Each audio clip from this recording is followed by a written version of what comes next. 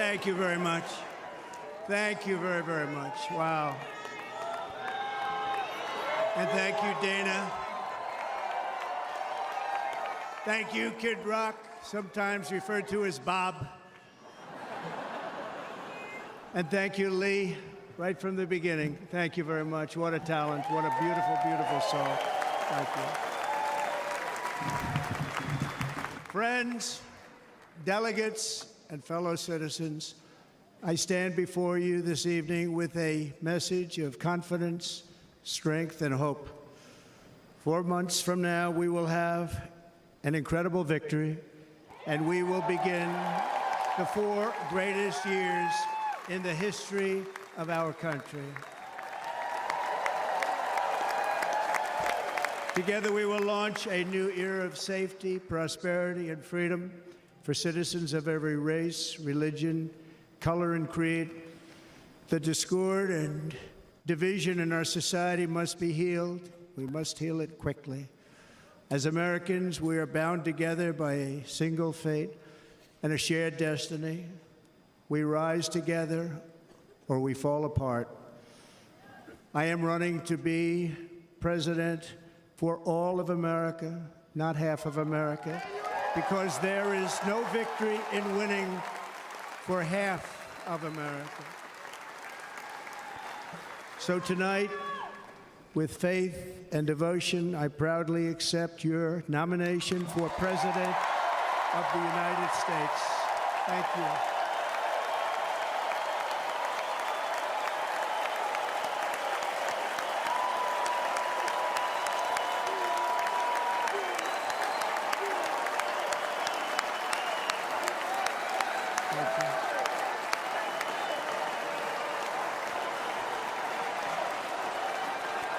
Thank you very much.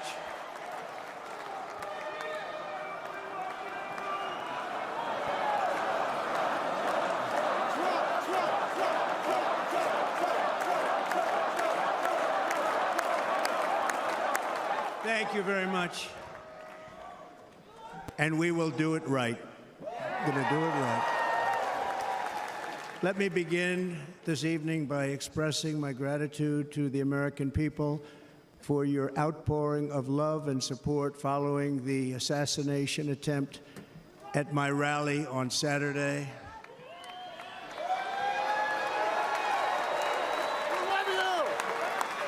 As you already know, the assassin's bullet came within a quarter of an inch of taking my life.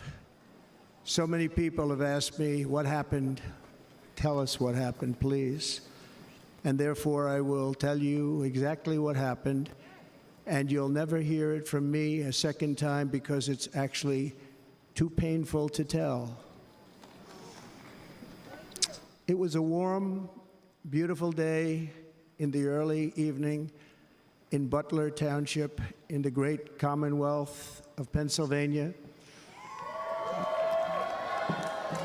Music was loudly playing, and the campaign was doing really well. I went to the stage, and the crowd was cheering wildly. Everybody was happy. I began speaking very strongly, powerfully, and happily, because I was discussing the great job my administration did on immigration at the southern border. We were very proud of it.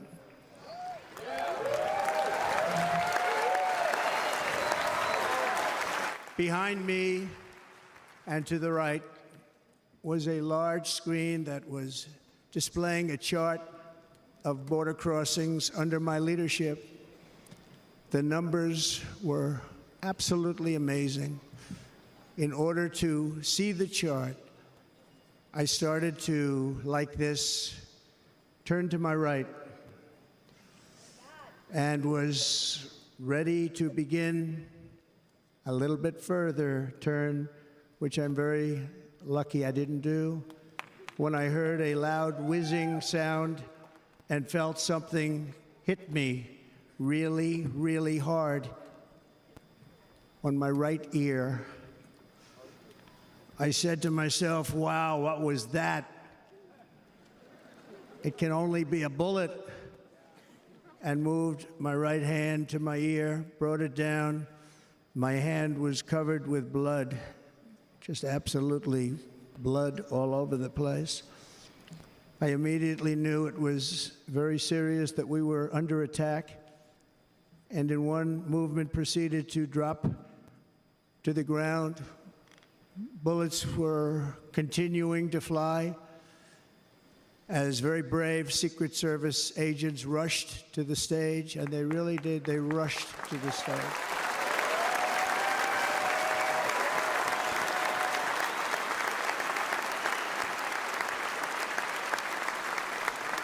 These are great people at great risk, I will tell you, and pounced on top of me so that I would be protected.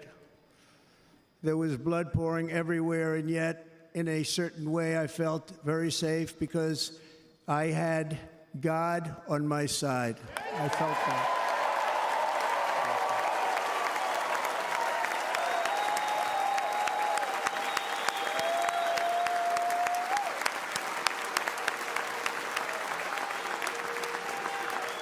The amazing thing is that prior to the shot, if I had not moved my head at that very last instant, the assassin's bullet would have perfectly hit its mark, and I would not be here tonight. We would not be together. The most incredible aspect of what took place on that terrible evening in the fading sun was actually seen later.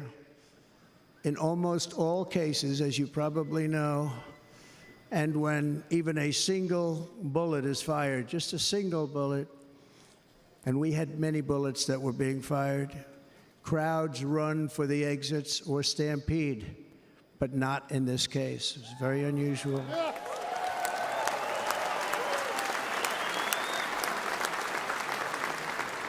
This massive crowd of tens of thousands of people stood by and didn't move an inch. In fact, many of them bravely but automatically stood up looking for where the sniper would be. They knew immediately it was a sniper, and then began pointing at him. You can see that if you look at the group behind me. That was just a small group compared to what was in front. Nobody ran, and by not stampeding, many lives were saved. But that isn't the reason that they didn't move. The reason is that they knew I was in very serious trouble. They saw it. They saw me go down. They saw the blood and thought, actually most did, that I was dead. They knew it was a shot to the head. They saw the blood. And there's an interesting statistic. The ears are the bloodiest part. If something happens with the ears, they bleed more than any other part of the body. For whatever reason, the doctors told me that. I said, why is there so much blood? He said, it's the ears. They bleed more. So we learned something, but they just, this beautiful crowd, they didn't want to leave me. They knew I was in trouble. They didn't want to leave me. And you can see that love written all over their faces. Incredible people. They're incredible people. Bullets were flying over us, yet I felt serene. But now the Secret Service agents were putting themselves in peril. They were in very dangerous territory. Bullets were flying right over them, missing them by a very small amount of inches. And then it all stopped. Our Secret Service sniper, from a much greater distance and with only one bullet used, took the assassin's life, took him out.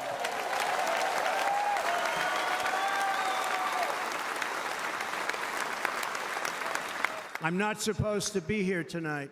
Not supposed to be here. Yes, you are. Yes, you are. Yeah.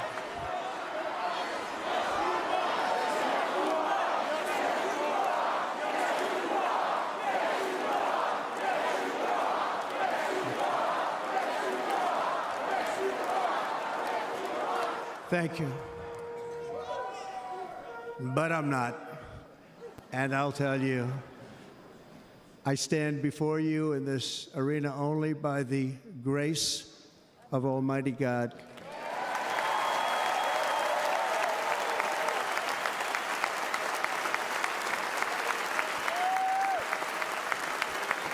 In watching the reports over the last few days, many people say it was a providential moment. Probably was. When I rose, surrounded by Secret Service, the crowd was confused because they thought I was dead, and there was great, great sorrow. I could see that on their faces as I looked out. They didn't know I was looking out. They thought it was over. But I could see it, and I wanted to do something to let them know I was okay. I raised my right arm, looked at the thousands and thousands of people that were breathlessly waiting, and started shouting, "Fight, fight, fight."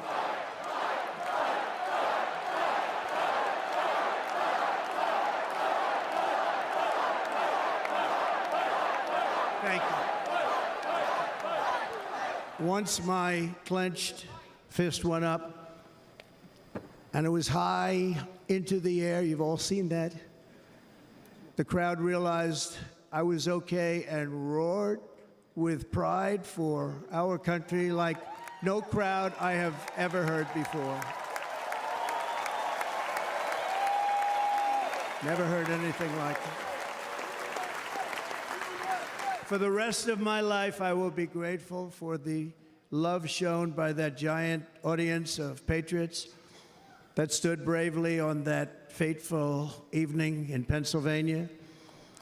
Tragically, the shooter claimed the life of one of our fellow Americans, Corey, comparator, unbelievable person, everybody tells me. Unbelievable. And seriously wounded, two other great warriors, spoke to them today, David Dutch and James Copenhaver, two great people. I also spoke to all three families of these tremendous people. Our love and prayers are with them, and always will be. We're never going to forget them. They came for a great rally. They were serious Trumpsters, I want to tell you. They were serious Trumpsters, and still are.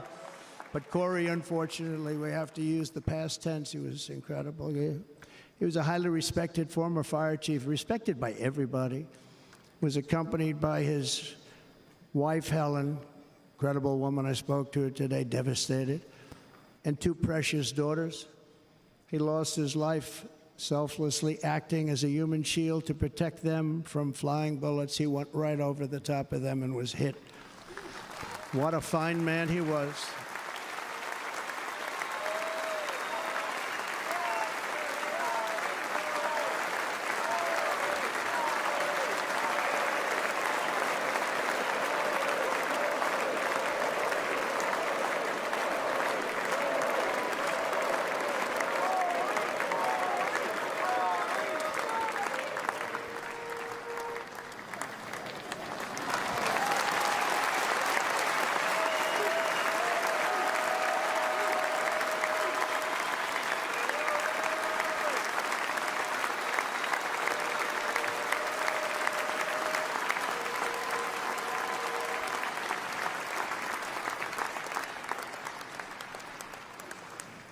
I want to thank the fire department and the family for sending his helmet, his outfit, and it was just something, and they're going to do something very special when they get it. But we did something which cannot match what happened, not even close.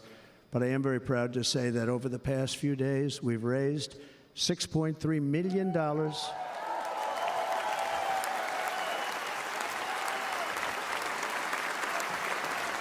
for the families of David, James, and Corey, including from a friend of mine just called up. He sent me a check right here. I just got it.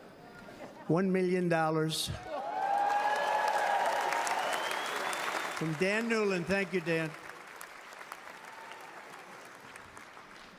And again, when speaking to the family, I told them, I said, well, going to be sending you a lot of money, but it can't compensate.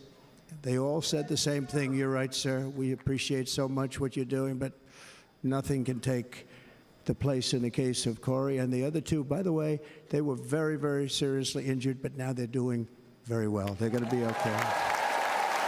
They're going to be doing very well.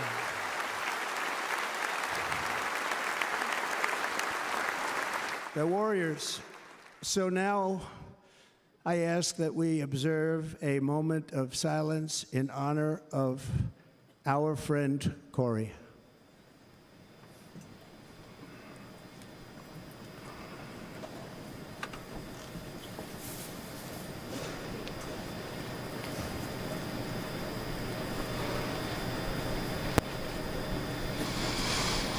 There is no greater love than to lay down one's life for others.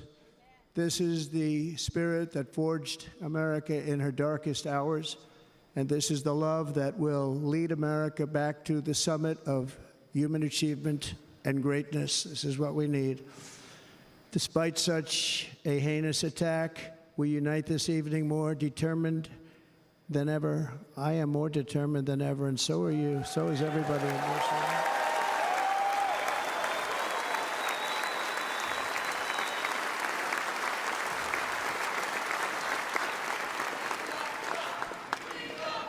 Thank you. Thank you very much.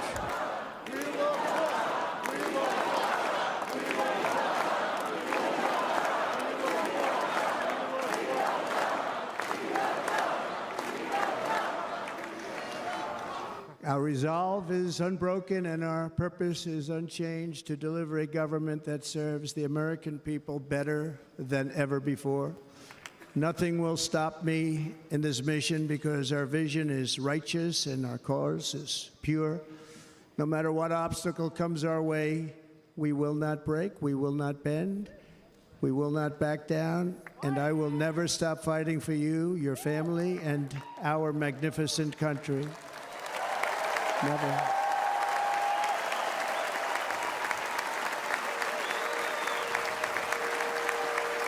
And everything I have to give with all of the energy and fight in my heart and soul, I pledge to our nation tonight. Thank you very much. I pledge that to our nation.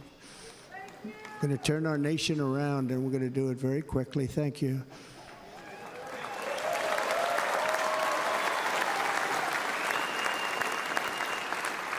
This election should be about the issues facing our country and how to make America successful, safe, free, and great again.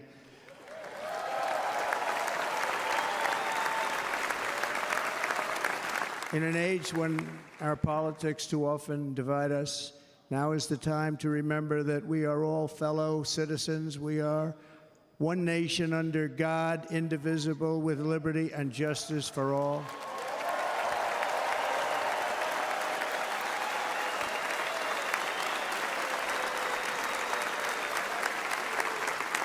And we must not criminalize dissent or demonize political disagreement, which is what's been happening in our country lately at a level that nobody has ever seen before.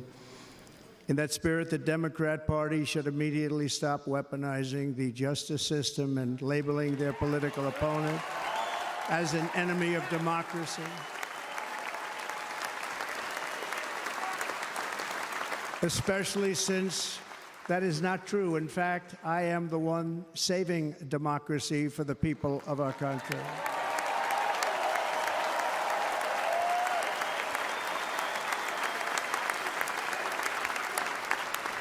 And very big news, as you probably just read, on Monday a major ruling was handed down from a highly respected federal judge in Florida, Eileen Cannon, finding that the prosecutor and the fake documents case against me were totally unconstitutional, and the entire case was thrown out of court.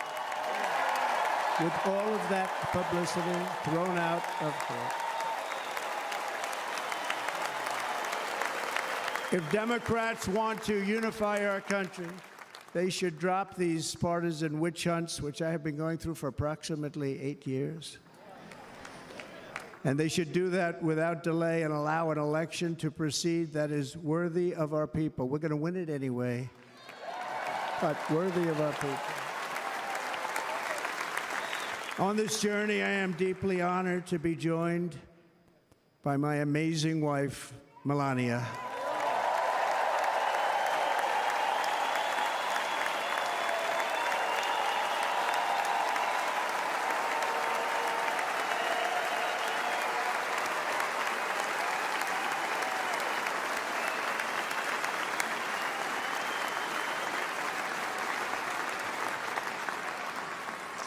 And Melania, thank you very much. You also did something really beautiful, a letter to America calling for national unity, and it really took the Republican Party by surprise. I will tell you, it was beautiful.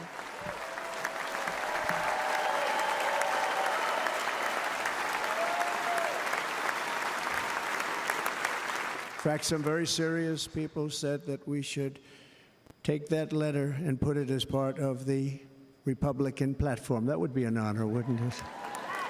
Right, Mr. Congressman?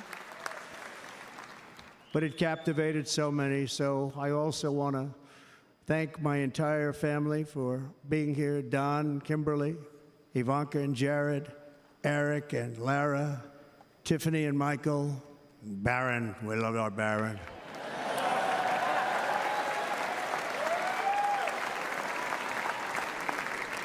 And of course, my 10 wonderful grandchildren. You saw a few of them up there on my lap before.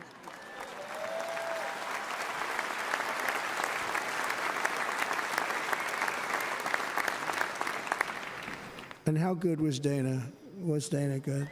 I mean, was he good?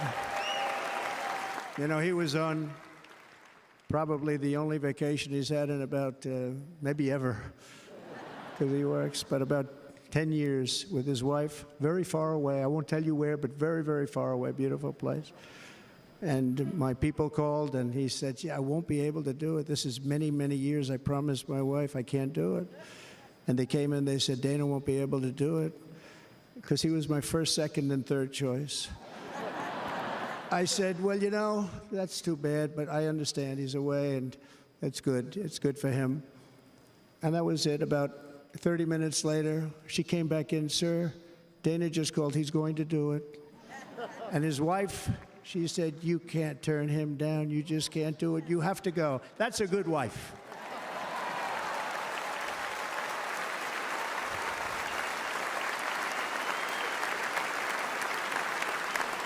So he got on a plane, he got here a little while ago, now he's gonna get on the plane in a little while and he's gonna go back home to his wife. But they're great, and I just want to thank her and him and their whole family, because that's not easy. And Kid Rock, same thing. Called, he said, I want to be a part of it. I want to be a part, because, Kid does his great song, Big, Big Monster song. I had no idea. He became a friend of mine over the last 10 years.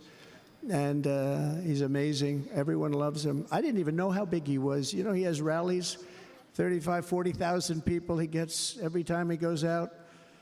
I think he's making so much money, he doesn't know what the hell to do with it. You want to know? And then we have my other friend, and I've known him so long, and we took that song, and it was a big success, but we made that. I saw a chart of great songs to America. That was #1 on the chart recently, #1. So that's Lee Greenwood, very special, beautiful person. He's a beautiful man.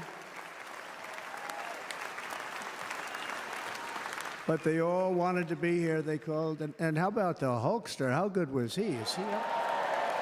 Where is he? Boy, oh boy.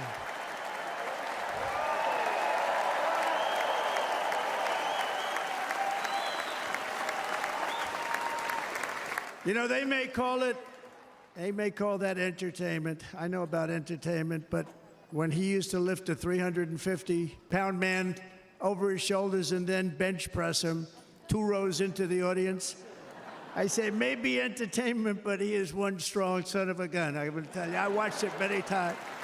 There aren't a lot of entertainers that can do that, right?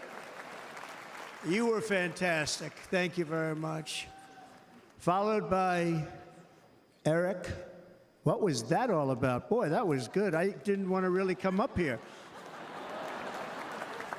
But he was so great, and he's such a good young man. He went through a lot of trouble, and Don last night was incredible. They went through so much trouble. They got subpoenaed more than any people probably in the history of the United States. Every week they get another subpoena from the Democrats, crazy Nancy Pelosi, the whole thing, just boom, boom, boom. They've got to stop that because they're destroying our country. We have to work on making America great again, not on beating people. And we won. We beat them in all. We beat them on the impeachments. We beat them on indictments. We beat them. But the time that you have to spend, if they would devote that genius to helping our country, we'd have a much stronger and better country.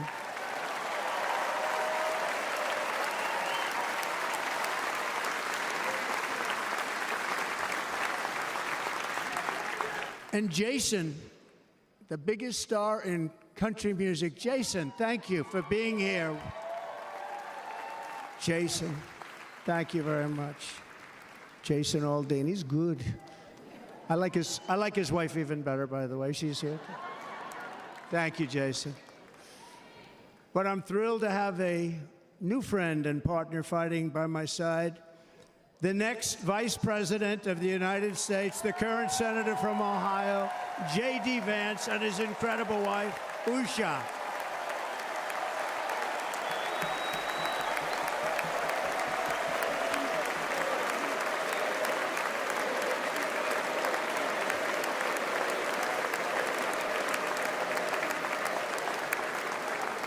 He's going to be a great Vice President. He's going to be great. He'll be with this country and with his movement, greatest movement in the history of our country, Make America Great Again. When they criticize it, they say, we're going to try and stop MAGA. I said, MAGA is Make America Great Again. What are you going to stop? There's nothing to stop. Then they say, oh, that's right. It's very tough to fight it. And all of the people that did try and fight it have failed. But he's going to be with us for a long time, and it was an honor to select him. Great, great student at Yale. His wife was a great student at Yale. They met at Yale. These are two smart people. So, J.D., you're going to be doing this for a long time. Enjoy the ride.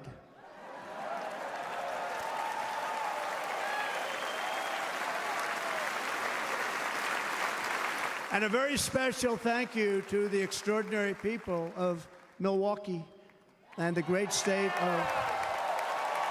Oh, there they are. There they are. You are so easy to spot. And Green Bay's going to have a good team this year, right? They're going to have a good team. They're going to have a good team. Most of the audience doesn't like it, but it's true. You're going to have a very good team this year. And by the way, Wisconsin, we are spending over $250 million here, creating jobs and other economic development all over the place. So I hope you will remember this in November and give us your vote. I am trying to buy your vote. I'll be honest about that.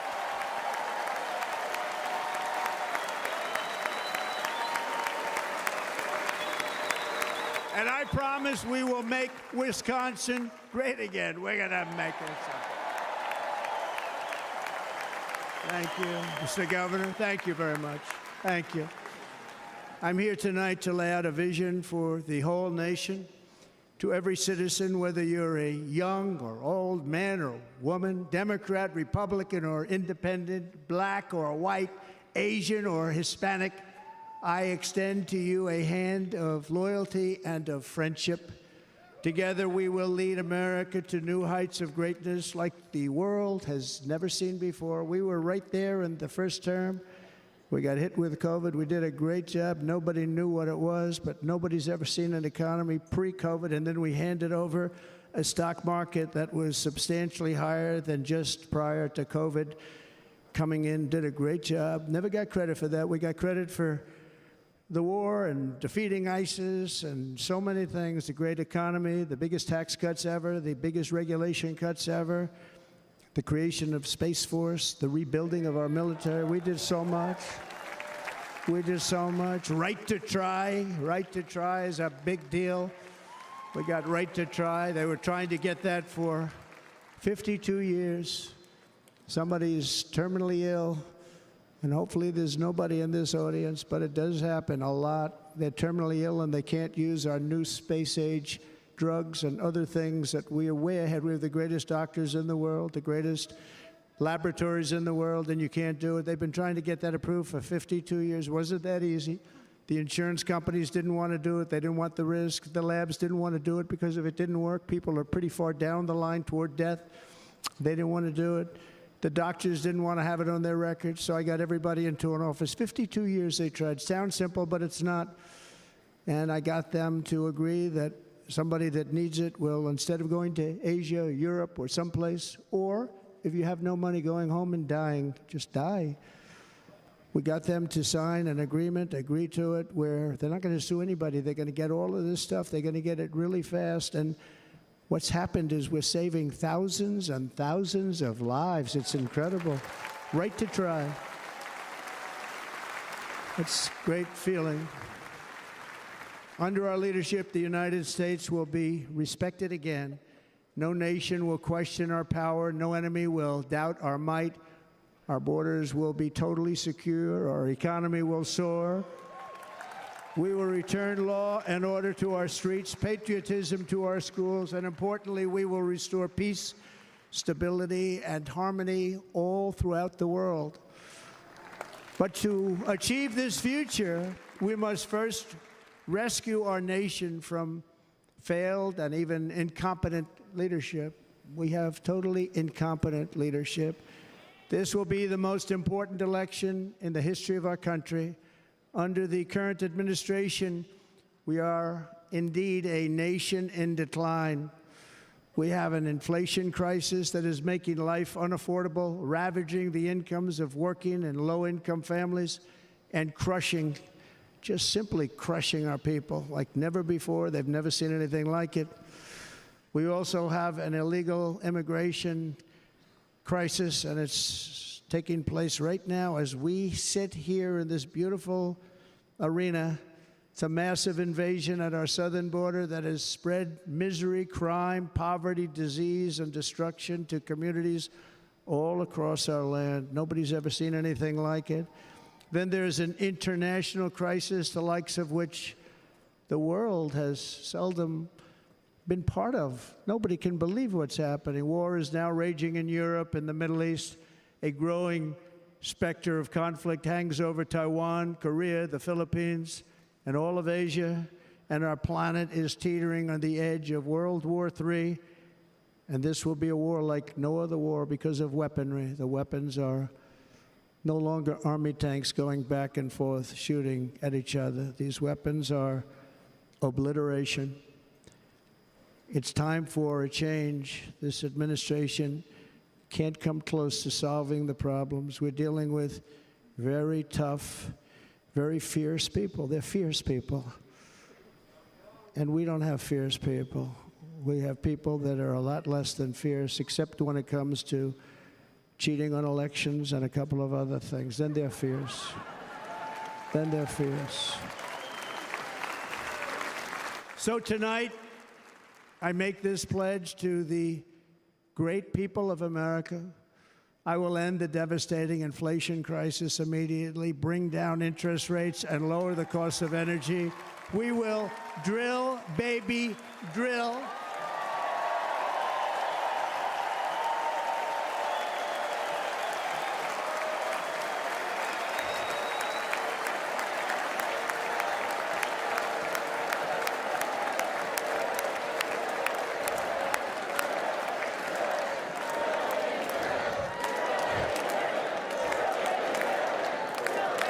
Can you believe what they're doing? But by doing that, we will lead a large-scale decline in prices. Prices will start to come down. Energy raised it. They took our energy policies and destroyed them. Then they immediately went back to them, but by that time, So much was lost. But we will do it at levels that nobody's ever seen before, and we'll end lots of different things. We'll start paying off debt and start lowering taxes even further. We gave you the largest tax cut. We'll do it more. You know, people don't realize I brought taxes way down, way down, and yet we took in more revenues the following year than we did when the tax rate was much higher. Most people said, how did you do that? Because it was incentive. Everybody was coming to the country. They were bringing back billions and billions of dollars into our country. The companies made it impossible to bring it back. The tax rate was too high, and the legal complications were far too great. I changed both of them, and hundreds of billions of dollars by Apple and so many other companies were brought back into our nation, and we had an economy the likes of which no nation had ever seen. China, we were beating them at levels that were incredible. And they know it. They know it. We'll do it again, but we'll do it even better. I will end the illegal immigration crisis by closing our border and finishing the wall, most of which I've already built.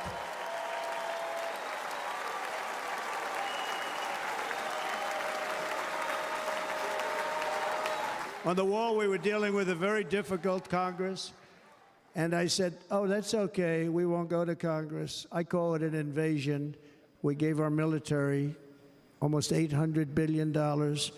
I said, I'm going to take a little of that money because this is an invasion, and we built, most of the wall is already built, and we built it through using the funds because what's better than that? We have to stop the invasion into our country that's killing hundreds of thousands of people a year.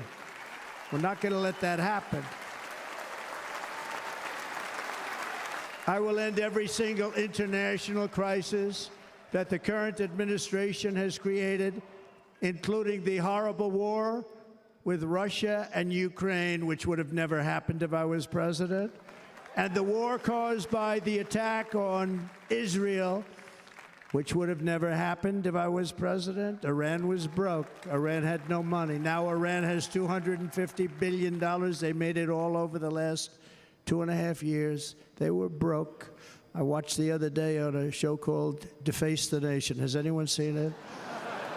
And they had a congressman who was a Democrat say, well, whether you like him or not, Iran was broke dealing with Trump. I told China and other countries, if you buy from Iran, we will not let you do any business in this country, and we will put tariffs on every product you do send in of 100% or more. And they said to me, well, I think that's about it. They weren't going to buy any oil. And they were ready to make a deal. Iran was going to make a deal with us. And then we had that horrible, horrible result that we'll never let happen again.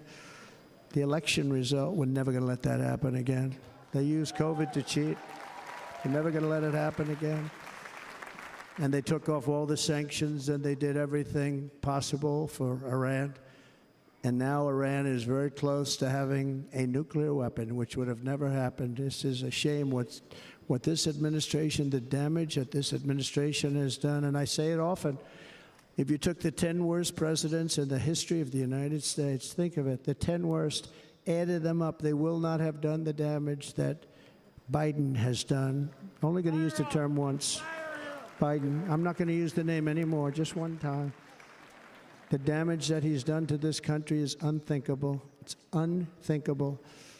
Together we will restore vision, strength, competence, and we're going to have a thing called common sense making most of our decisions, actually. It's all common sense.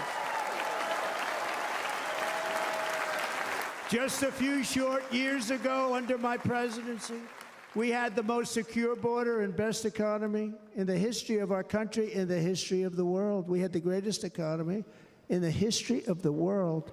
We had never done anything like it. We were beating every country, including China, by leaps and bounds. Nobody had seen anything like it. We had no inflation. Soaring incomes were going. Nobody can believe it. You can't believe what happened 4 years ago is happening now in reverse. And the world was at peace. Inflation has been a killer for our country. No matter what you make it doesn't matter because inflation is eating you alive. People that were putting away money, they were making great wages, the highest they've ever made, but they were putting away a lot of money. Now they are just being destroyed. They're not putting away anything. They're barely living. They're going into savings accounts. They're taking out their money to live because of inflation. Inflation, remember, it's called a country buster. You can go back to Germany from 100 years ago. You can go back to any country that suffered great inflation. We've suffered the worst inflation we've ever had. But go back and see what's happened to those countries. We've had the worst inflation we've ever had under this person. But in less than 4 years, our opponents have turned incredible success into unparalleled tragedy and failure. It's been a tremendous failure. Today, our cities are flooded with illegal aliens. Americans are being squeezed out of the labor force and their jobs are taken. And by the way, you know who's taking the jobs that are created? 107% of those jobs are taken by illegal aliens. And you know who's being hurt the most by millions of people pouring into our country? The black population and the Hispanic population, because they're taking the jobs from our black population, our Hispanic population, and they're also taking them from unions. The unions are suffering because of it. Thank you. Thank you. I like you too. Thank you very much. Inflation has wiped out the life savings of our citizens and forced the middle class into a state of depression and despair. That's what it is. It's despair and depression. We cannot and will not let this continue. Less than 4 years ago, we were a great nation, and we will soon be a great nation again. We're going to be a great nation again.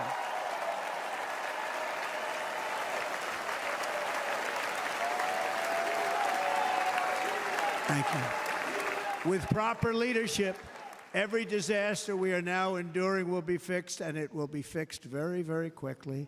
So tonight, whether you've supported me in the past or not, I hope you will support me in the future, because I will bring back the American dream. That's what we're going to do. You don't even hear about the American dream anymore. With great humility, I am asking you to be excited about the future of our country. Be excited. Be excited.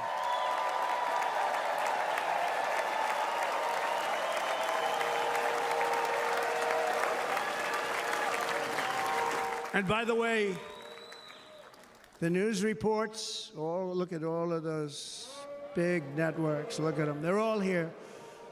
But every one of them has said this could be the most organized, best run, and most enthusiastic convention of either party that they've ever seen. Every single one.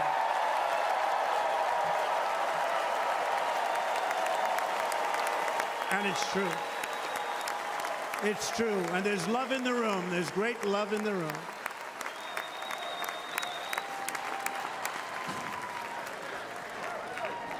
So I better finish strong. Otherwise, we'll blow it, and we can't let that happen. Now, this was great. All of the great people that spoke, and everybody hit a home run. I mean, there's not one that I can think of where I said, oh, gee, that wasn't great. Every single person. I refuse to be the only one. Don't do that to me. They're already getting ready. See, I gave them an idea. Now, this was a great convention. This was, I think we're actually going to go home and miss it. You know, usually with a first of all, look at these crowds. You'd never have this at a convention. Look at these crowds.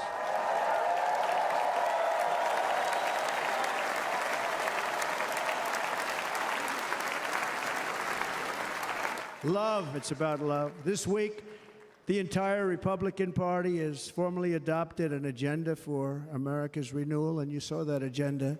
And it's very short compared to the long, boring, meaningless agendas of the past, including the Democrats. They write these things that are hundreds of pages long, and they never read them after they're done.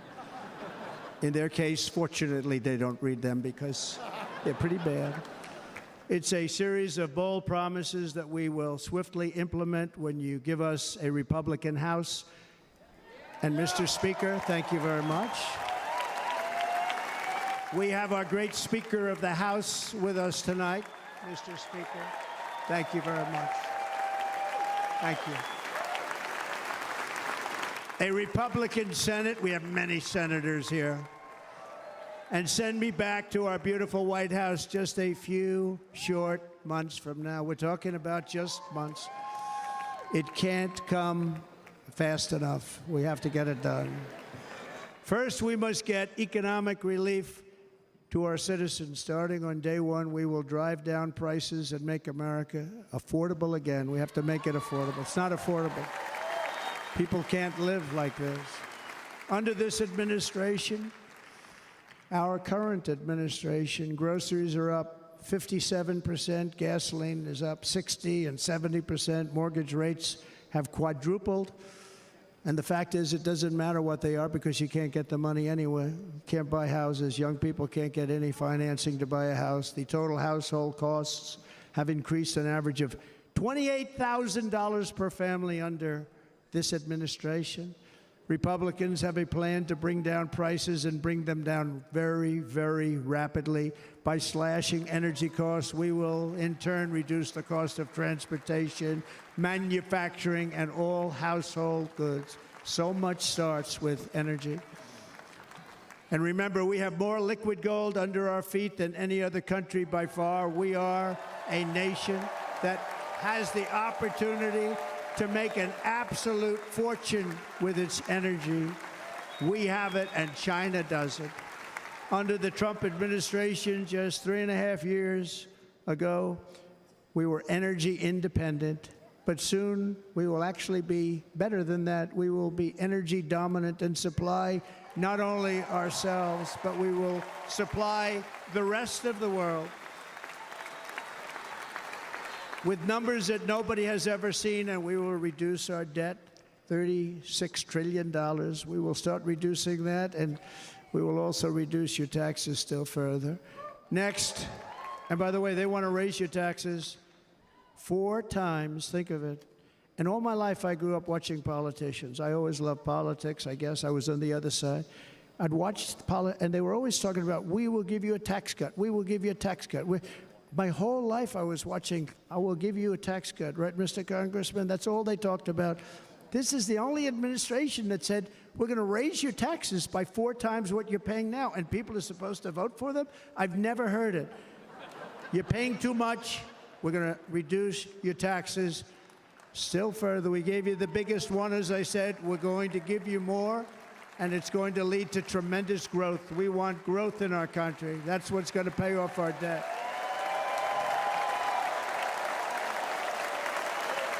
And next, we will end the ridiculous and actually incredible waste of taxpayer dollars that is fueling the inflation crisis. They've spent trillions of dollars on things having to do with the Green New Scam. It's a scam.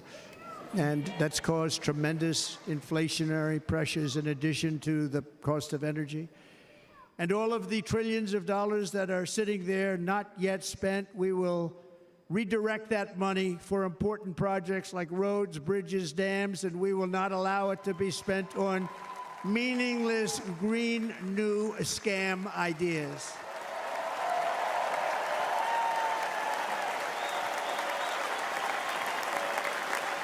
And I will end the electric vehicle mandate on day one.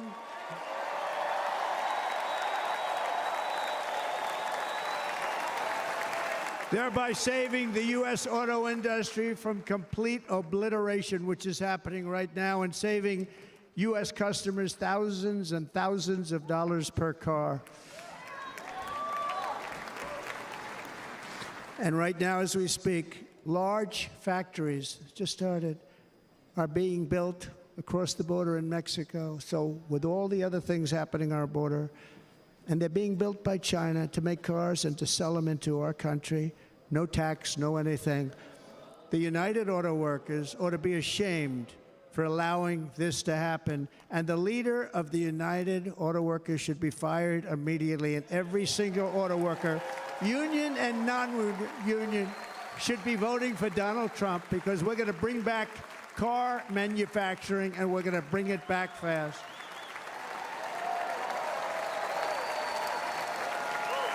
They're building some of the largest auto plants anywhere in the world. Think of it, in the world. We're going to bring it back. We're going to make them. We don't mind that happening, but those plants are going to be built in the United States, and our people are going to man those plants.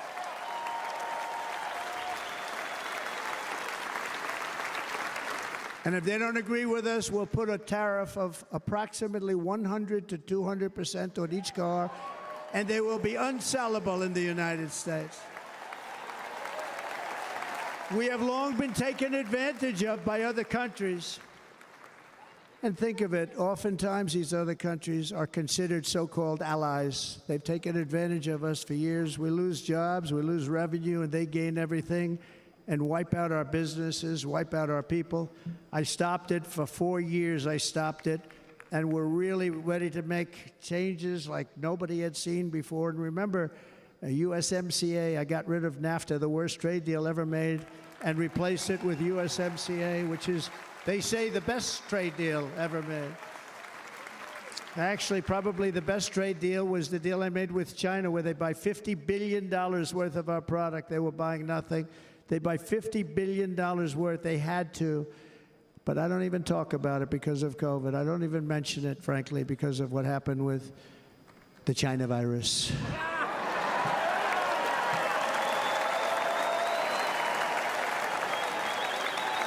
We will not let countries come in, take our jobs, and plunder our nation. They come and do that.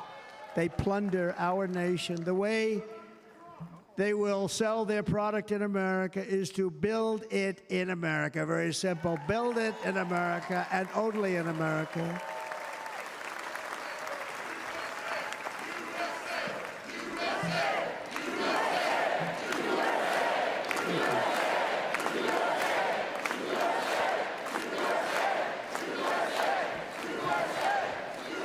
And this very simple formula, and Congress has to go along with us, and they will. This very simple formula will create massive numbers of jobs. We will take over the auto industry again, and many, many, hundreds of thousands of jobs. We lost so many jobs over the years. If you go back 20, 25 years, they've stolen, going to China and Mexico, about 68% of our auto industry manufacturing jobs. We're going to get them all back. We're going to get them all back, every one of them. At the center of our plan for economic relief are massive tax cuts for workers that include something else that's turned out to be very popular, actually. Here it's very popular, in this building and all those hotels that I saw that are so nice. I'm staying in a nice one. It's called no tax on tips. No tax on tips. No tax on tips.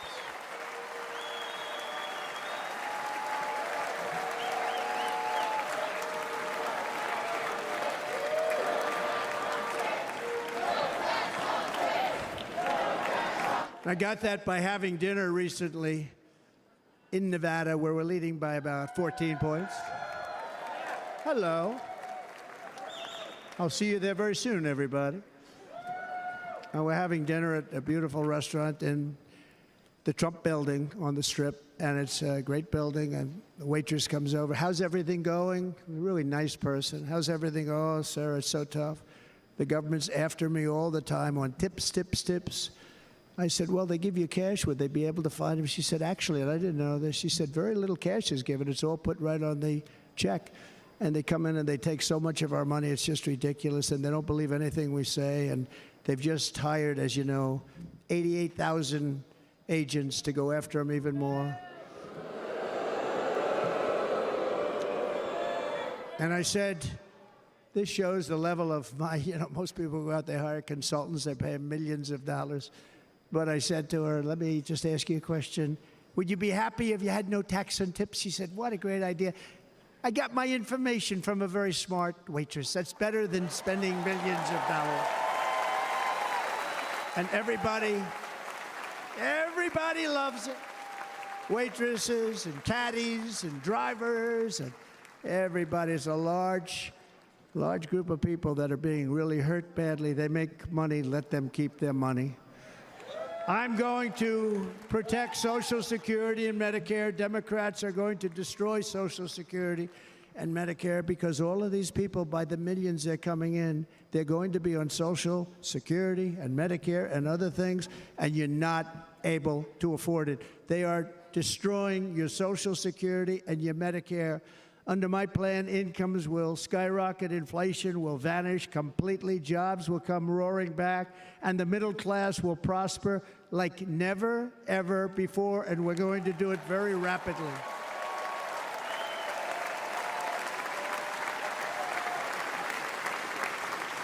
But no hope or dream we have for America can succeed unless we stop the illegal immigrant invasion, the worst that's ever been seen anywhere in the world. There's never been an invasion like this anywhere. Third world countries would fight with sticks and stones not to let this happen. The invasion at our southern border, we will stop it, and we will stop it quickly. You heard Tom Homan yesterday. Tom Homan, put him in charge and just sit back and watch. Brandon Judd of Border Patrol, he's incredible. These guys, you know, they really, their job is a lot easier if they don't have to do anything, but they want to. They're patriots. Brandon Judd, Border Patrol, ICE. ICE goes out. You have to see what ICE does with MS-13. You have these are probably the worst gang, and ICE goes in there. And I know a lot of people in these rows here, and they're very tough people, but they don't want to do this job. They'll go into a pack of MS-13 killers. They're the worst, probably the worst gangs in the world. And we have thousands of them. I moved thousands and thousands out in my 4 years. We moved them out, and it was a pleasure. But ICE would go right into a pack of these killers, and you see fists flying, you see everything flying, and then they take them. They put them in a paddy wagon. They take them back, and they get them out of our country. And the other countries weren't accepting them back, and I called up, and I said, tell them that we're not giving them economic aid anymore. And the next day, I got calls from all of these countries that were terminated. Billions of dollars we spend on economic aid to countries that does us, frankly, no good. And the next day, I was called by everybody. I couldn't take all the calls. Sir, what's the problem? I said, you won't take your killers back that you sent in caravans into America. You won't take them back. Well, sir, if you'd like us to, we would give very serious consideration to doing that. And within 24 hours, they were being taken back. For years and years, when I first came in, they said President Obama tried to get him to go back, and they wouldn't accept him. They'd put planes on the runway so you couldn't leave the plane. They'd close the road so you couldn't take the buses. They'd all have to turn back. As soon as I said no more economic aid of any kind to any country that does that, they called back and they said, sir, it would be our great honor to take MS-13. We love them very much. We love them very much, sir. We'll take them back. At the heart of the Republican platform is our pledge to end this border nightmare and fully restore the sacred and sovereign borders of the United States of America, and we're going to do that on day one.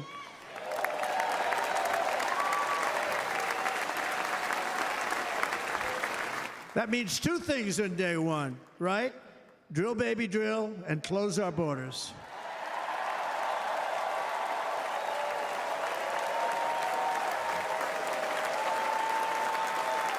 And by the way, and I think everybody as a Republican, as a patriot in this room, and most Democrats, we want people to come into our country, but they have to come into our country legally. Legally. Less than 4 years ago, I handed this administration the strongest border in American history. But you can see on the chart that saved my life, that was the chart that saved my life. I said, look it, I'm so proud of it. I think it's one of the greatest, it was done by the Border Patrol, one of the greatest charts I've ever seen. It showed everything just like that. You know the chart. Oh, there it is. That's pretty good. Wow. Last time I put up that chart, I never really got to look at it. But without that chart, I would not be here today.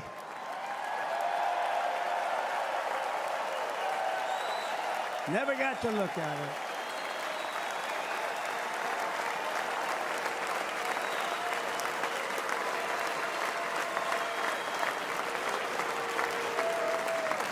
I said, you got to see this chart. I was so proud of it, and by the time I got to there, I never got to see it that day.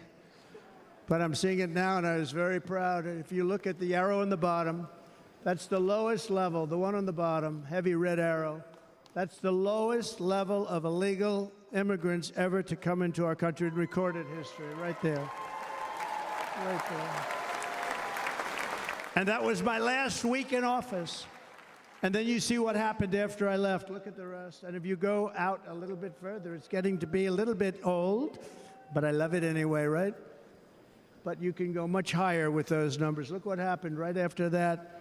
The invasion began. We had the opposite. We stopped the invasion, but the invasion that we stopped was peanuts by comparison to what happened after I left. Look at what happened after I left. They took over our country. We ended all catch and release. We shut down asylum fraud. We stopped human trafficking and forged historic agreements to keep illegal aliens on foreign soil. We want them to stay on their soil. Under the Trump administration, if you came in illegally, you were apprehended immediately and you were deported. You went right back. The current administration terminated every single one of those great Trump policies that I put in place to seal the border. I wanted a sealed border. Again, come in, but come in legally. You know how unfair it is? So many people, hundreds of thousands of people, have been working for years to come into our country. And now they see these people pour into our country at levels that are unprecedented, so unfair. And we're not going to do it. We're not going to stand for it. They suspended wall construction, ended remain in Mexico. We had a policy, remain in Mexico. You think that was easy to get from the Mexican government? But I said, you must give it to us. If you don't give it to us, there will be repercussions. And they gave it to us, but not easy. Canceled our Safe Third agreements. Demolished Title 42, implemented nationwide catch and release. That's catch and release, where we catch them and release them into our country. We catch them and release them into Mexico. There's a slight difference. And took 93, this is the previous administration, 93 executive actions to throw open our border to the world. The entire world is pouring into our country because of this very foolish administration. The greatest invasion in history is taking place right here in our country. They are coming in from every corner of the earth, not just from South America, but from Africa, Asia, the Middle East. They're coming from everywhere. They're coming at levels that we've never seen before. It is an invasion indeed, and this administration does absolutely nothing to stop them. They're coming from prisons. They're coming from jails. They're coming from mental institutions and insane asylums. You know, the press is always on me because I say this. Has anyone seen Silence of the Lambs? The late, great Hannibal Lecter. He'd love to have you for dinner. That's insane asylums. They're emptying out their insane asylums. And terrorists are coming in at numbers that we've never seen before. Bad things are going to happen. Meanwhile, our crime rate is going up, while crime statistics all over the world are going down, because they're taking their criminals and they're putting them into our country. A certain country, and I happen to like the president of that country very much, but he's been getting great publicity because he's a wonderful shepherd of the country. He says how well the country's doing because their crime rate is down. And he said he's training all of these rough people. They're rough, rough, rough. He's training them. And I've been reading about this for 2 years. I think, oh, that's wonderful. Let's take a look at it. But then I realized he's not training them. He's sending all of his criminals, his drug dealers, his people that are in jails, he's sending them all to the United States. And he's different in that he doesn't say that. He's trying to convince everybody what a wonderful job he does in running the country. Well, he doesn't do a wonderful job. And by the way, if I ran one of the countries, many countries, many countries from all over, I would be worse than any of them. I would have had the place totally emptied out already.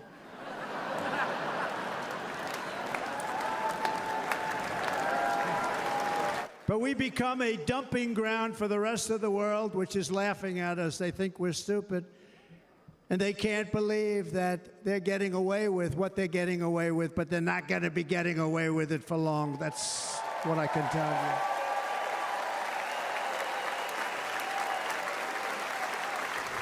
you. In Venezuela, Caracas, high crime.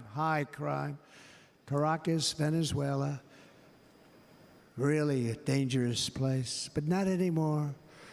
Because in Venezuela, crime is down 72%. In fact, if they would ever win this election, I hate to even say that, we will have our next Republican convention in Venezuela because it will be safe. Our cities will be so unsafe, we will not be able to have it there. In El Salvador, murders are down by 70%. Why are they down?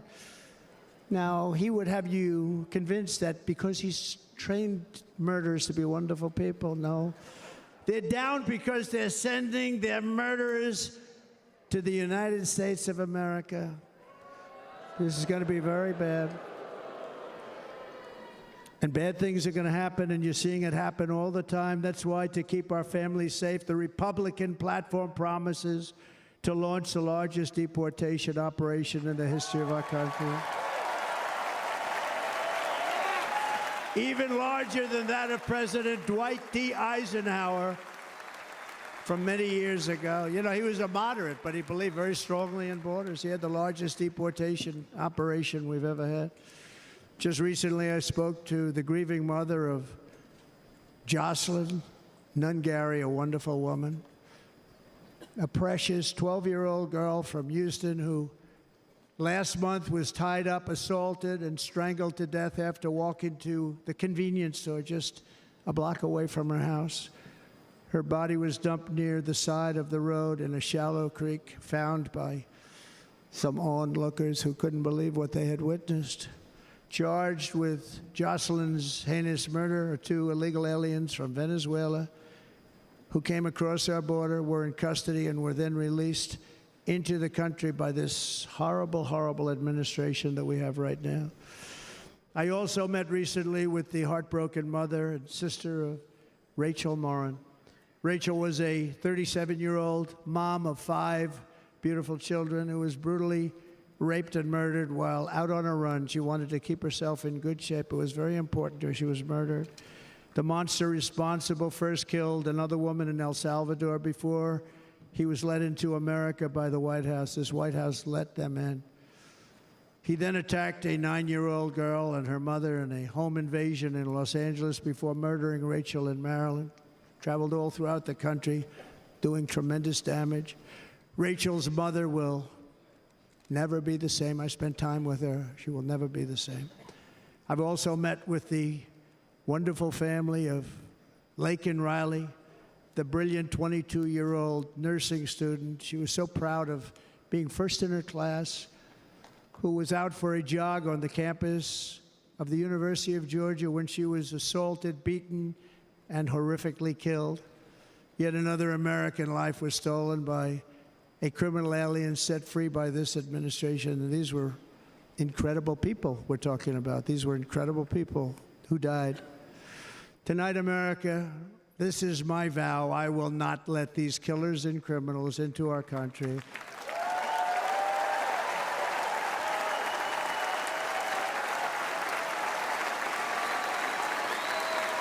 I will keep our sons and daughters safe. As we bring security to our streets, we will help bring stability to the world. I was the first president in modern times to start no new wars. You know, we were the toughest, we were the most respected. And you saw this.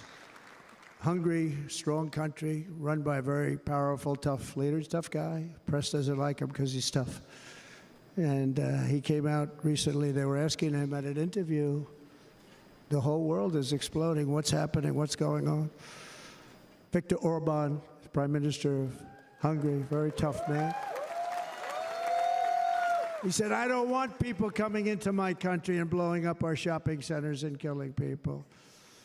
But they said to him, tell us what's going wrong, what's happening, what is it? He said, there's only one way you're going to solve it. You got to bring President Trump back to the United States because he kept everybody at bay. He used a word I wouldn't use because I can't use that word, because you'd say it was braggadocious. The press would say he was a braggart. I'm not a braggart.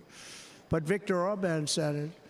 He said Russia was afraid of him. China was afraid of him. Everybody was afraid of him. Nothing was going to happen. The whole world was at peace. And now the world is blowing up around us. All of these things that you read about were not going to happen. Under President Bush, Russia invaded Georgia. Under President Obama, Russia took Crimea. Under the current administration, Russia is after all of Ukraine. Under President Trump, Russia took nothing.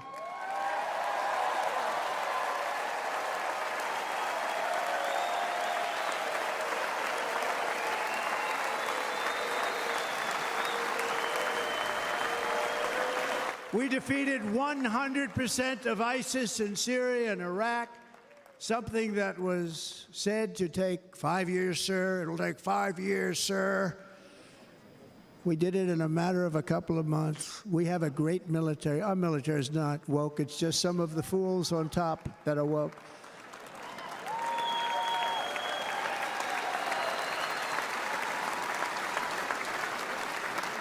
I got along very well. North Korea, Kim Jong-un, I got along very well with him. The press hated when I said that. How could you get along with him? Well, you know, it's nice to get along with somebody who has a lot of nuclear weapons or otherwise, isn't it? See, in the old days, they'd say, that's a wonderful thing. Now they say, how can you possibly do that? But no, I got along with him, and we stopped the missile launches from North Korea. Now North Korea is acting up again, but when we get back, I get along with him. He'd like to see me back, too. I think he misses me, if you want to know the truth. Our opponents inherited a world at peace and turned it into a planet of war. We're in a planet of war. Look at that attack on Israel. Look at what's happening with Ukraine. The cities are just bombed out. How can people live like that where buildings, massive buildings, are falling to the ground?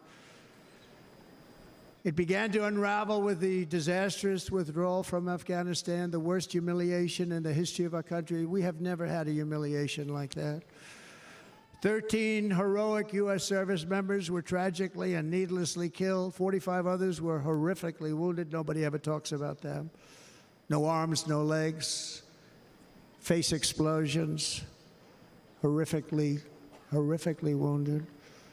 And by the way, we have a man in this room who's running for the U.S. Senate from a great state, Nevada, named Sam Brown, who paid the ultimate price.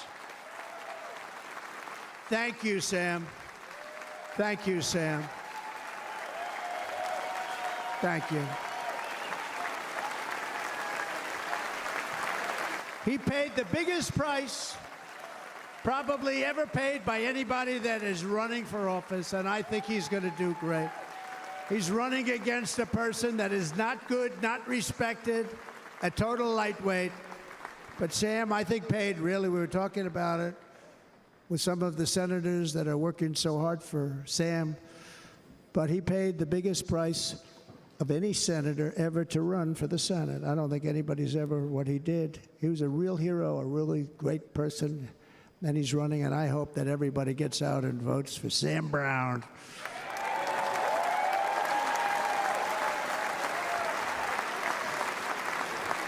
And we also left behind $85 billion worth of military equipment, along with many American citizens were left behind. Many, many American citizens, emboldened by that disaster. Russia invaded Ukraine. They saw this group of people that were incompetent.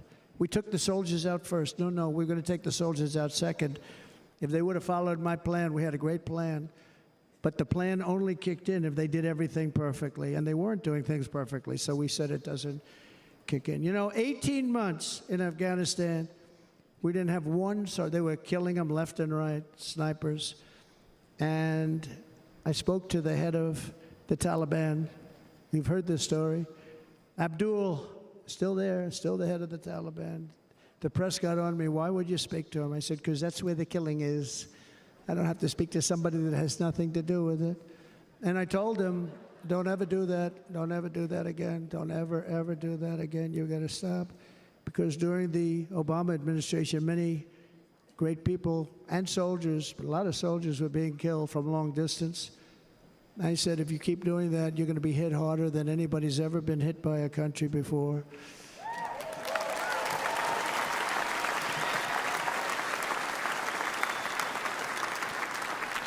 And he said, I understand, Your Excellency. He called me Your Excellency. I wonder if he calls the other guy Your Excellency. I doubt it. The other guy gave him everything. I mean, what kind of a deal was that? He walked out, gave him everything. Do you know that right now Afghanistan is one of the largest sellers of weapons in the world? They're selling the brand new, beautiful weapons that we gave them. But think of it, he actually said to me, but why do you show me a picture of my home? I said, you'll have to ask your people or one of your wives. But he could figure it out. And for 18 months, we had not one attack on an American soldier by the Taliban. 18 months.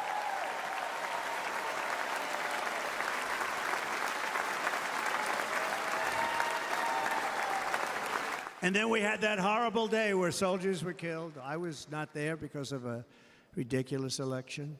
But we had that horrible attack. And they also gave up Bagram, one of the biggest bases anywhere in the world, air bases anywhere in the world, the longest runways, most powerful, hardened, thickened runways. We gave it up. And I liked it not because of Afghanistan. I liked it because of China. It's 1 hour away from where China makes their nuclear weapons. And you know who has it now? China has it now.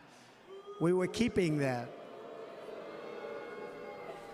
And now China is likewise circling Taiwan, and Russian warships and nuclear submarines are operating 60 miles off the coast in Cuba. Do you know that? No, the press refuses to write about it. If that were me running this country and we had nuclear submarines in Cuba, I will tell you that headlines every day would be, what's wrong with our president? You don't even hear this. You're not hearing about this. Russia has nuclear submarines and warships 60 miles away, Mr. Congressman, from Miami, by the way, happens to be here. Correct? In Cuba. And that would not be stood for if it were somebody else. They don't want to mention it, but now maybe they will. And the entire world, I tell you this, we want our hostages back, and they better be back before I assume office, or you will be paying a very big price.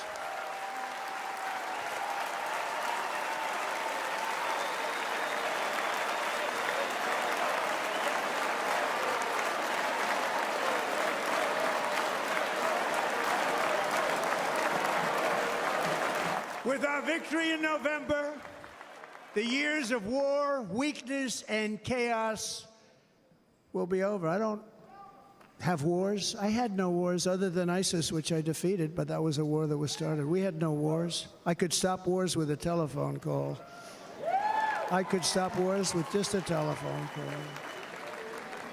If properly stated, it would never start. We will replenish our military and build an Iron Dome missile defense system to ensure that no enemy can strike our homeland. And this great Iron Dome will be built entirely in the USA. We're going to build it in the USA. And Wisconsin,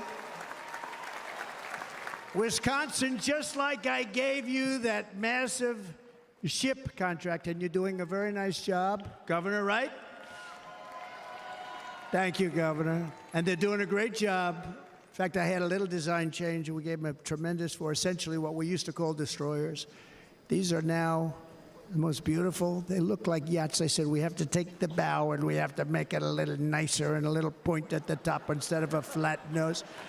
And the people at the shipyard said, this guy sort of knows what he's doing. We have the most beautiful ships, right, Governor? And everybody sitting over there.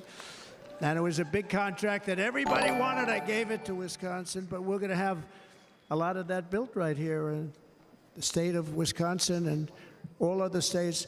Israel has an Iron Dome. They have a missile defense system. 342 missiles were shot into Israel, and only one got through a little bit. It was badly wounded. It fell to the ground, but most of them are. And Ronald Reagan wanted this many years ago, but we really didn't have the technology many years ago. Remember, they called it Starship, spaceship, anything to mock him. But he was a very good president, very, very good. But now we have unbelievable technology. And why should other countries have this and we don't? No, we're going to build an Iron Dome over our country, and we're going to be sure that nothing can come and harm our people. And again, from an economic development standpoint, we're going to make it all right here. No more sending it out to other countries in order to help. It's America first. America first. We will unleash the power of American innovation.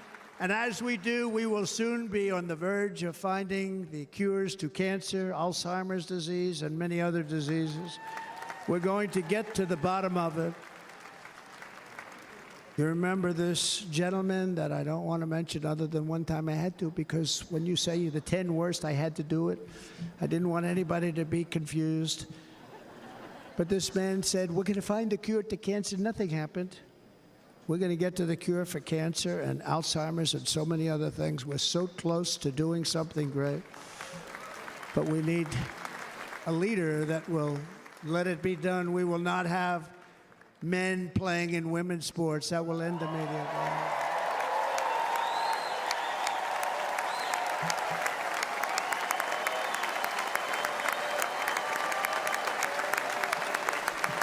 And we will restore and renovate our nation's once great cities, making them safe, clean, and beautiful again. And that includes our nation's capital, which is a horrible killing field. So many things. They leave from Wisconsin, they go to look at the Washington Monument, they end up getting stabbed, killed, or shot. We will be very soon very proud of our capital, again, Washington, D.C.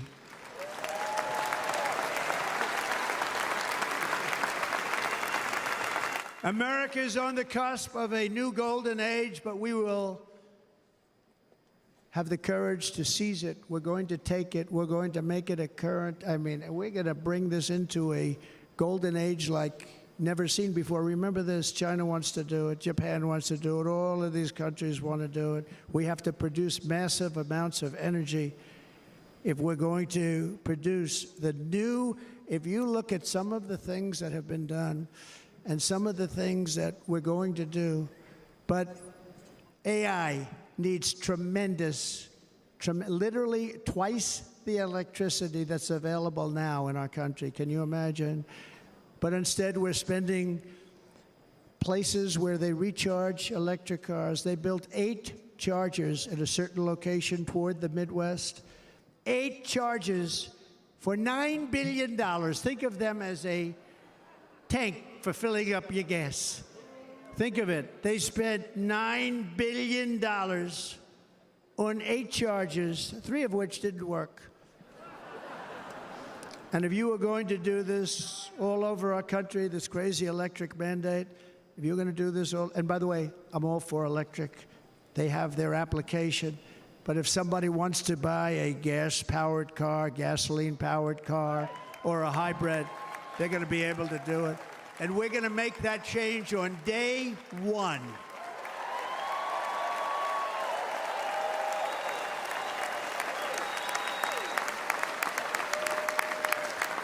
So to conclude, just a few short days ago, my journey with you nearly ended. We know that. And yet, here we are tonight, all gathered together, talking about the future, promise, and a total renewal of a thing we love very much. It's called America. We live in a world of miracles. None of us knows God's plan or where life's adventure will take us. I want to thank Franklin Graham for being here tonight. He's an outstanding man. He wrote me a note recently. I have a lot of respect for him. Sir, I love your storytelling. I think it's great in front of these big rallies. But, sir, please do me one favor. It won't make any difference. Please don't use any foul language. I was a little embarrassed.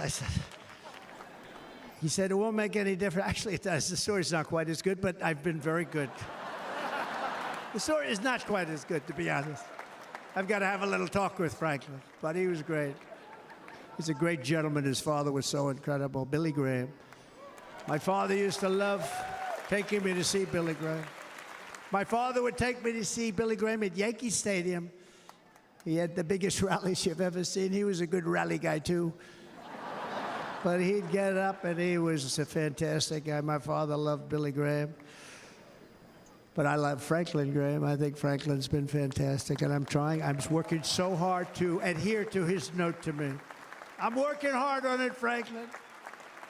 But if the events of last Saturday make anything clear, it is that every single moment we have on earth is a gift from God.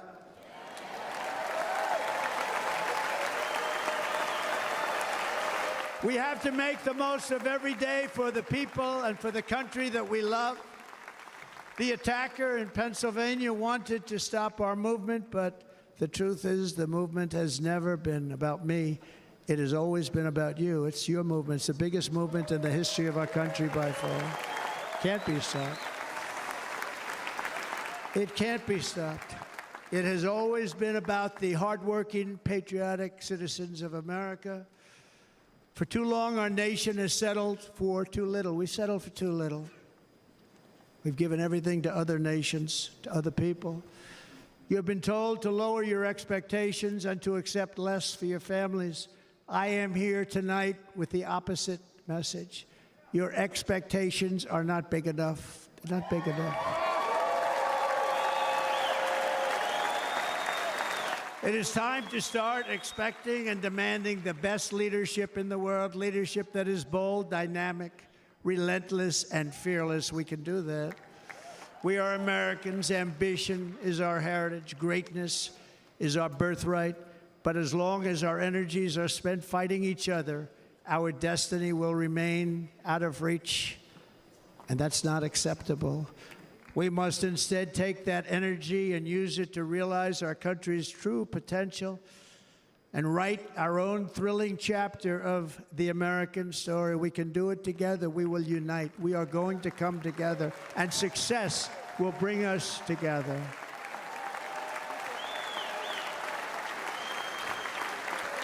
It is a story of love, sacrifice, and so many other things.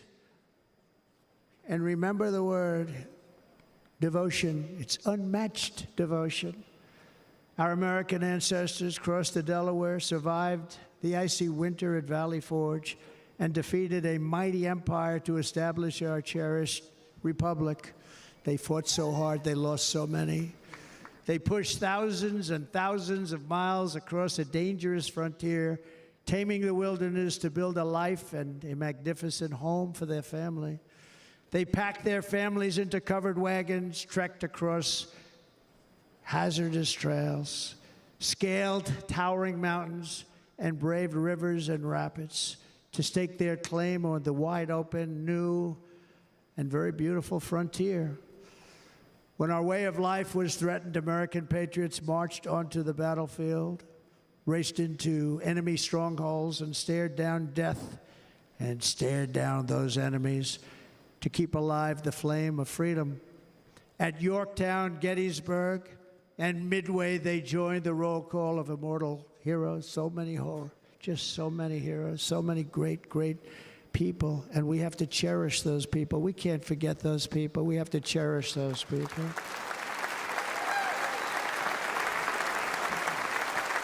And building monuments to those great people is a good thing, not a bad thing. They saved our country. No challenge was too much. No hardship was too great. No enemy was too fierce. Together, these patriots soldiered on and endured, and they prevailed because they had faith in each other, faith in their country, and above all, they had faith in their God.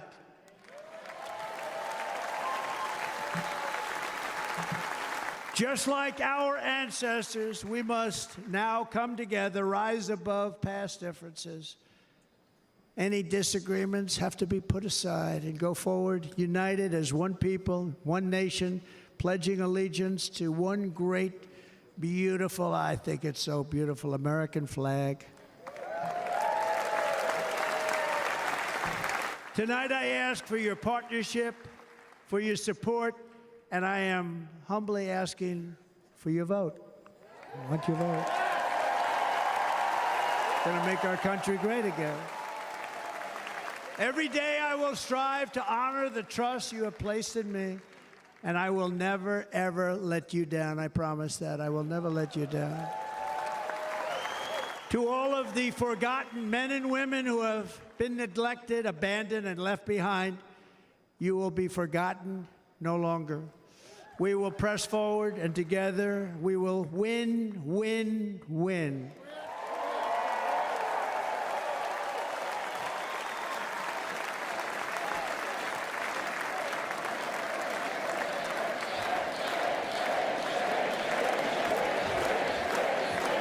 Win, win, win, win, win, win. Nothing will sway us, nothing will slow us, and no one will ever stop us. No matter what dangers come our way, no matter what obstacles lie in our path, we will keep striving toward our shared and glorious destiny, and we will not fail. We will not fail. Together, we will save this country, we will restore the republic, and we will usher in the rich and wonderful tomorrows that our people so truly deserve. America's future will be bigger, better, bolder, brighter, happier, stronger, freer, greater, and more united than ever before.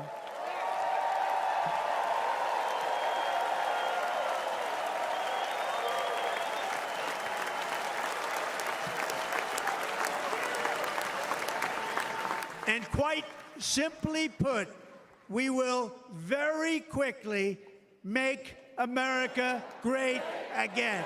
Thank you very much. Thank you very much, Wisconsin. God bless you.